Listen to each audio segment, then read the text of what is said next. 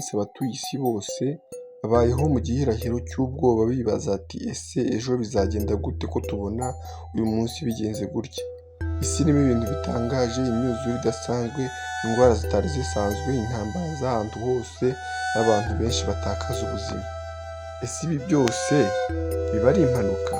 Oya, ni ibimenyetso by'uko Imana irimo guhana abantu kugira ngo bongere bayiyoboke. Rero tugiye kubana muri iki kiganiro, nitwa Abu Dhabi, turasozanya umaze kumenya byinshi Imana idushakaho cyangwa se ibituma intambara ziri kuba gutya n'impanuka zikaba n'abantu bagasubiranamo, ubwicanyi bukaba bukomeje kwiyongera. Rero tugiye kubana, nitwa Abu Dhabi, kora subscribe, like, share, ufungure inzogera kugira ngo tubashe kubana mu biganiro byose bitaha, ndetse ndanagusaba kurangiza iki kiganiro kugira ngo wumve ubutumwa bwinshi burimo Imana iri gutanga ku bantu bayo. Nguhaye ikaze rero ku buryo burambuye. Impamvu Imana ihana. Imana si itera amakuba ariko ireka bikabaho kugira ngo abantu bigaye. Nk'uko umubyeyi akosora umwana we, Imana iduhana kugira ngo idukize. Yeremiya 25:4-7 iravuga iti nababuriye kenshi ariko ntimwumvise. Ubu isi irimo gukurikira iby'isi kurusha Imana. Abantu baratwarwa n'ifaranga, ubusambanyi, ruswa n'ubwicanyi. Imana iraburira ariko iyo twanze kuyumva ibihano biraza. Imana ntabwo yabura guhana mu gihe tuba turi gukora amakosa. Ingero z'ibihano Imana yerekanye mu minsi iherutse. Reka turebe ingero zigaragara uburyo isi ikangurirwa n'Imana muri iyi minsi. Icya mbere, indwara z'ibyorezo. Twese twabonye ko COVID-19 yahungabanyije isi yose kuva mu mwaka wa 2020. Abantu miliyoni nyinshi barapfa, amashuri n'insengero birafungwa, isi irahagarara, abantu benshi batangira gusenga no gusaba imbabazi z'Imana. Ibi byatwigishije ko ubuzima butari mu maboko yacu ahubwo buri mu maboko y'Imana. Icya kabiri, imyuzure n'ibiza. Mu mwaka wa 2023 mu Rwanda habaye imyuzure ikomeye cyane muri Karongi, Nyabihu, Rubavu n'ahandi. Abantu barapfuye, amazu arasenyuka. Mu bindi bihugu nka Libya, imyuzure yo mu mwaka wa 2023 yishe abarenga 20,000. Ibi byose byatweretse ko isi irimo gutaka kubera ibikorwa byacu n'ubusambanyi bw'abantu imbere y'Imana. Tujye ku cya gatatu, intambara n'amakimbirane. Ubu isi irimo intambara nyinshi, Uburusiya na Ukraine, Israel na Palestine ndetse no muri Sudani, aho abantu ibihumbi n'ibihumbi bapfuye. Ibi byose byerekana ukuntu urwango n'inda nini byigaruriye imitima.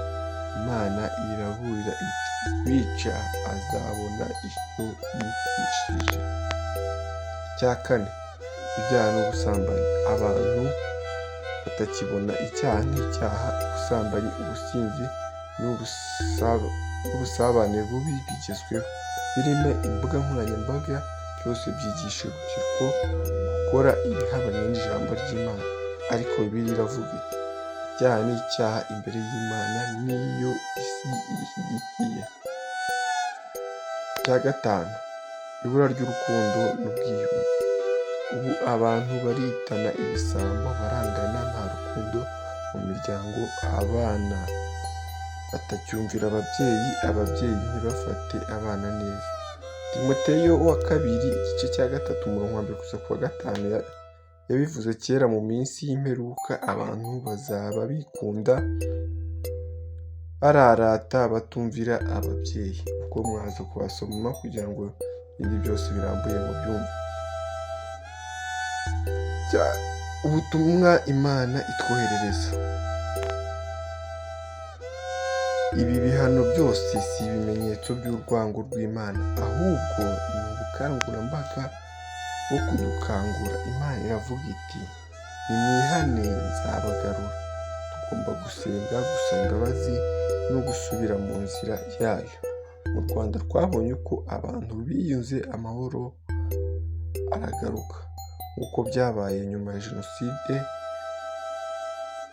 Imana ishaka ko isi yose yiga isomo nk'iryo: kwihana, kubabarira no gukundana. Nta gihe cyiza cyo kwisubiraho nk'ubu. Tugomba gusoma ijambo ry'Imana buri munsi, gusengera igihugu cyacu no gukunda bagenzi bacu. Imana iradukunda, abihangana, abiringira n'abagendera mu kuri, nk'uko Yesu yabivuze muri Matayo 24:13. Uzakomeza akageza ku iherezo niwe uzarokoka.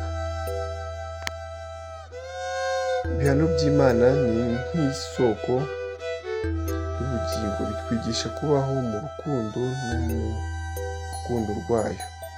Nubwo hari ibigeragezo, ntidukwiye gutinya. Imana iracyariho.